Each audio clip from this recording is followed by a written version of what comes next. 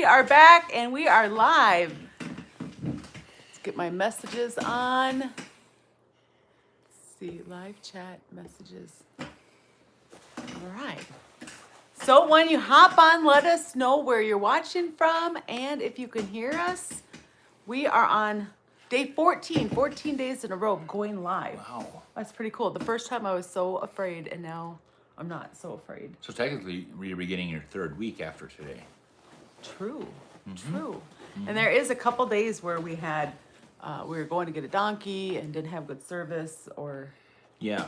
like things have come up, technical difficulties. So we are going to be talking about 4 things. Go ahead and open that up. Maybe you'll be able to see the messages while we're watching or while we're live. So we're going to have 4 topics today, and we're talking about, like, it's one of the most overlooked skills in gentling. It's our patience. We have to have so much patience. And then, how to help our donkeys be successful. Can you turn the volume off? Yeah. Cool. Dan's going to try to watch the comments while we are live, and that way we can keep getting better. I hope to be able to do this with the donkeys in the future. We don't have cell phone service at the barn, but I daydream of different ways that we can pull it off. And so we have to just keep. That would be cool if we could do lives on the barn. Yeah.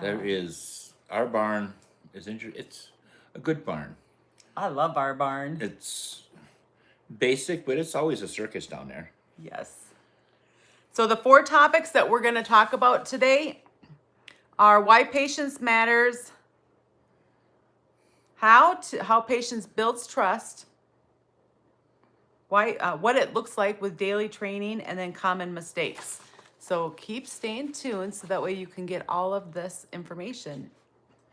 So patience, your donkey is going to learn by watching and feeling good, right? If we're nervous, we are not learning at all. The hard thing when you're working with the donkey is not to rush. It can be so easy to want to rush, and then you go too far and your donkey moves away from you. Remember, if they move away, you failed. Yep. Yeah, there's nothing quick about the process. If you got life is busy, and before dinner and the chores are done, you're going to work with your donkey for 20 minutes. We're all guilty of having this laundry list of things we want to go through. And reality is that donkey might pick up on your sense of urgency and make things they will. Yeah. Particularly a gentling and wild. Absolutely. Yes. Yeah. Some are more sensitive and they can take it, where other ones are. They are so sensitive that every time you have a feeling, they know it and then they respond because they think that your feeling means danger when you're feeling tense. Yep. They could feel that, absolutely. Now, when you are working with them and you're working on having them not move, the little tiny signs, like if I am approaching one and it looks away, even just slightly, that is a cue to me that if I keep coming towards it, it's going to move. Yep. Absolutely. And that's just to touch a little bit on what we talked about yesterday about some donkeys who can be dangerous or dangerous acting, biting or kicking. Recognizing that turning away is, well, this might not be the time to put ribbons in his hair. You're gonna have to call an audible and adjust on the fly what your training is gonna look like that day. Just for both MaryJo and I, if a dog's loose or something broke, a handle fell off a wheelbarrow and we're short on time and I burned dinner, but we got to go work with these donkeys because there's people coming to look at them. It would rush down there to get some work done. It seldom ever works out. So when it's that, just pick the simplest tasks, brushing, just interact with them. Don't even ask them for much. Just get them comfortable around you. And doing something simple like that, like brushing, or allowing them, for them to allow you to pet them when there's craziness going on, like you are uptight or there's a lot happening around you or the dogs, that's still a win. Having them be comfortable enough to approach and pet on them or brush them, love on them, is a big deal. Yep. And it's success. So don't underestimate those little things. Yep. And someone much wiser than I, and I wish I could give credit to who I heard it from, is enjoy that journey. This is supposed to be fun. So we got to police ourselves to not get frustrated and wish we had gotten more done. We wish we would have got that. Enjoy it. Enjoy it. We're, for those of us, and there's really only about 40,000 of us in the United States who actually have donkeys. We're really lucky. Take the time to enjoy what that donkey's given you. And anytime you second guess that, remember we're laying a foundation. That foundation is lasting and it's gonna, donkeys live to be old. There's a joke that you should put a donkey in your will because they're gonna outlive you. That foundation matters, so it's okay to take the time and don't feel guilty about it. Now, patience is gonna build that trust. So every time you come in there and life is a little crazy or they feel a little nervous because they smelt something funny and you work with them with where they're at, it's a repetition. Repetition, consistency, it equals trust. We're always going to be working with connection and then cooperation Yes. in that order, in a balance, right? Because at some point you're going to have so much connection with them that maybe they want to be all over you. Seamus would be that. Remember, he was my first donkey. I've made a lot of mistakes with him. But now when I'm cleaning the pen, I kind of make it into a game because he wants to be right where I need to be cleaning. So then I'm like, well, how easily can I get you to take a step back? And we do it for a while, and I don't want to like burn him out for it. So after a while, I end up by putting him in a pen because I'm going to play with them anyways. But repetition, consistency equals confidence, and that's going to last. It's going to be a good foundation. Don't rush them. Going through and taking the time that they need is going to help keep them and us safe. Because when we're working with them and they start to show like, oh, I could kick, or I'm getting really antsy and maybe I look like I might want to bite, well, that is the next thing. If they feel like they need to defend themselves, they will. Just like any animal. I used to tell Hannah, any animal can bite you. You know, and not to keep talking on the same subject, but at the end of the day today, MaryJo had town errands, and I've been fencing a south pasture. It's been really busy. The critters didn't get the love I wanted them to get today. It was just farm chores got in the way. At the very end, we had a low water trough. I'm filling a water trough and finished up the feeding. I looked at my timer and I had about 2 minutes left. I'm like, maybe I'll go in that pen real quick and see if I can't love on that new donkey we just got who's afraid of people. How do you think that went? You were feeling rushed, or did you feel like I have 2 minutes? Let's see what I can do. A little of both. Mindset would it really affect that? So no, she's like, no. It took a minute and a half to get to her withers and scratching. And guys, that's still success. Taking a minute and a half, and you said you went in there without any pay reward, right? Nothing. And that's like a graduating step. When I went down there to work with her yesterday, I walked into the pen and she said, I don't know, and she kind of turned her head. Well, you can kind of walk in front of their head a little bit and draw them to you, but I decided to get hay. Right. So that I could give her a pay reward, and then she got interested and she started smelling me everywhere. It was absolutely wonderful. And we're kind of in a rebuilding process because we kind of snuck a halter on this donkey like right away, which has set us back. So it's almost like a little mini remodeling job. And that happens. When we break the trust, it takes a long time to get it back. You gotta go at their own speed. We've had that happen before.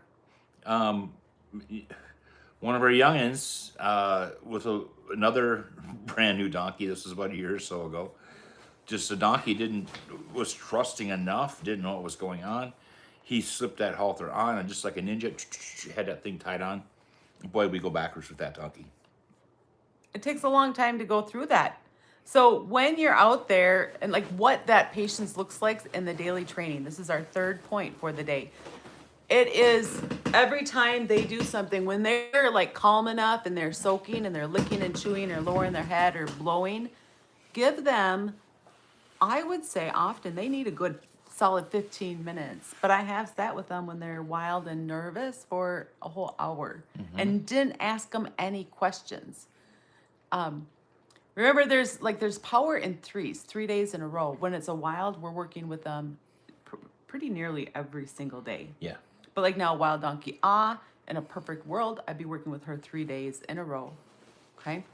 So when they are soaking time, give that soak time to them. They need it more than you could imagine. You know, the first set of donkeys we brought home, I don't know exactly how long it took before they would do all of the stuff that would be considered, you know, like the basics. Brushing, haltering, leading, picking up their feet, going into the trailer. But I feel like the last set of 4 and then the set of 5 before that, they have gone so fast compared to before. Us slowing down is actually making the process faster. Absolutely, absolutely. And you know, maybe there's some of you on there who are in a 100-day challenge or something like that. And MaryJo had painted a real clear picture for me that if you've only got 100 days to get something done with this donkey, you're better off to spend 90 of those days establishing that trust and comfort level, because you'll be able to get a lot done in the next 10 days. You can't do it the other way around. You can't spend 10 days gathering trust and gaining trust and establishing a pattern and routine and understanding body language and then hope you can get the rest done in 90 days. You're better off to spend 90 days and get that trust. So that they want to be with you. Now, if you're doing that, you're working on just really gaining that trust. Well, now when something a little bit scary happens, they want to be with you. They feel safe with you. So you're going to be able to go farther than the donkey that feels coerced, right? We want them Absolutely. to want to be with us. And it's been, some of our donkeys, it's been, look at Pine. I mean, the little super ball that would bounce off the walls if we drug a sled of hay by. We just slowed it down. And when we eventually got to trust level 1, if you want to just make it up. I think you start negative. Yeah, I do. Yeah, once you get to, I guess you do start negative. Yeah. But now you can do whatever you want with her. She's like, I trust you. You want to lift up my foot? And whatever you want to do to her, she's absolutely good with it. She is good with it, but there's still little signs of nervousness. Like sometimes she'll lean back when we're picking up her feet, or sometimes you have to approach her a little bit slower than normal. But by taking that extra 30 seconds, then she's good with it. And then we're maintaining the trust. So common mistakes, that's the last point today, you guys. And I think asking too much is probably the first common mistake. I think that the second common mistake is not understanding, and maybe you can't even call it a mistake yet, but not understanding what their body language means. Every time you see them where their muscles will flinch a little bit, just like a fly landed on them, that means something. I didn't used to think that that stuff meant something earlier on, but now I see all of that stuff as the donkey communicating with me. You can, that is a great point. We all watch a fly land on their back or their nose or whatever, and they wiggle, they twitch a little bit. When you go to pet your donkey, your new donkey, for the first time that day, when you reach out, hopefully it's to the withers, don't go for a head pat. Hopefully reach out for the withers. If they flinch a little bit like a fly landed on them, they're not 100%. They let you do it, but they're like, oh, that surprised me. So if you're running into that, do some advance and retreat. Do a pretend touch a few times. Get that mind where they know that you're going to touch them, and you might see that flinch go away. When you don't have that flinch, you're going to be able to go a lot further. It will go away, absolutely. With Wild Donkey Joe, he was the one that looked like he would be just as happy to kick as he would let me pet him, even though he did let me pet him. I spent a ton of time just going like this, not touching him, pretending like I did. And then every time he didn't flinch, I didn't touch him, I gave him a break. Okay, so understanding, that's probably another common mistake, understanding when to give the break. The first time they don't flinch, that doesn't mean go in there and pet them. It means they need time to process. They're starting to understand. Quietly step back. Don't break out the pom-poms and celebrate. Don't run at them with cookies or scratches. Just back off. Let them be rewarded from a lack of pressure. So controlling our energy is going to be the last common mistake, I think. It is so easy to want to be like, good job. So easy. You're going to hear us talk about that almost every night on this live. There'll be a time and a place for the pom-poms and cheering and And that will actually encourage them at some point. Yeah. But we're still talking about in the early stages. Absolutely. Now, guys, this is day 14 of our Go Live. All of these animals that we're talking about, they have their own playlist. I have playlist for each.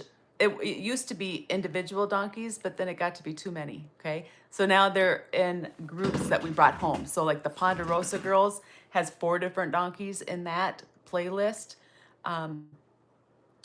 The Old Man, that one's 5 Wild Tales. That one has 5 different donkeys in that playlist. And then there's ones like Wild Donkey Ah or Daphne. Now all of a sudden my mind's going blank. The Golden Girls are Grace, Valhalla, and Ah. Those guys have their own playlist where I'm walking you guys through everything that we've ever done with these donkeys. I mean, not literally everything, but almost. Boy, from the first day to the last day, you know, a lot of those have a little bit of video of us delivering them or being picked up to their forever home, and we always have a video of them stampeding out of the trailer into their new pen. And they don't always. Sometimes they walk out all calm and boring, and other times they're running out like they're scared. Yep, like there's a snake in there or something. Yeah. So I have playlists like that for each animal or set of animals that we brought home, as well as like playlists for specific topics, like trailer loading or first touch. And you can see the different things that I've done because I've changed over the last few years of what I'm doing. And sometimes I think I have this new way. It's all going to be black and white now. And then I have another donkey that comes and I need to change things again. So there's not a black and white scenario, but there are basic principles to follow. There is definitely basic principles and different methodologies people try. Remember when we thought it would be a good idea, because we were impatient and we're still learning, we would use the swim noodle on the end of a broom handle. So you got, it's like 7 feet long in a small pen, and we would force that touch. Oh, we gotta get them used to it. We eventually got there, but boy, did we make a lot of work for ourselves. We didn't get there that way with Don. Don said, heck no. And he wasn't a kicker, but he would run. And he'd cry for his mama. Remember, he started. Gosh, he was so loud. He would run. He would try to get away from that swim noodle, and he would hee haw and hee haw like, "Mom, save me!" And he was like a 20-year-old dude too. So I thought I was never going to use that method again, but then with Rosa, I did. However, I changed it. I didn't touch them and then remove the pressure when they stopped. I pretended I was going to touch them, and I removed the pressure when they blinked, or they didn't flinch, or they lowered their head. So I still do use some of these methods I thought I would never use again. That's right. Improved. Boy, as a spectator watching MaryJo with Rosa, doing it's a buggy whip without the whip part on it. It's like 7 feet long, and she was literally just pretend petting this far above her back. Sometimes I would be over 12 feet from her. Standing, my body would be over 12 feet from her when I started this. Yeah, so that the end of that stick was this far or further from the donkey. And just pretend petting in the air. I tell you, that was painful to watch. I'm like, just touch her with it. But she didn't. She waited till all the signs were there to touch her with that stick. And she was one because she did show me that maybe she'd be willing to bite. I was a little bit nervous. I don't want to get too close and get bit or kicked. So I wanted to play it safe, and helping her be comfortable from a long distance did wonders for her. Yes. Yep. All right, guys, we're going to be back tomorrow. And tomorrow we're going to talk about positive reinforcement techniques. So if you guys have any questions, you guys know I'm putting a post out each morning, and that's a great spot to put any questions. And of course, right in this Go Live. I hope you're enjoying this, and we really appreciate you being here with us. Have an amazing day. Say goodbye, Dan. Hey, good night, guys. We'll see you tomorrow. I was just putting in some notes for tomorrow.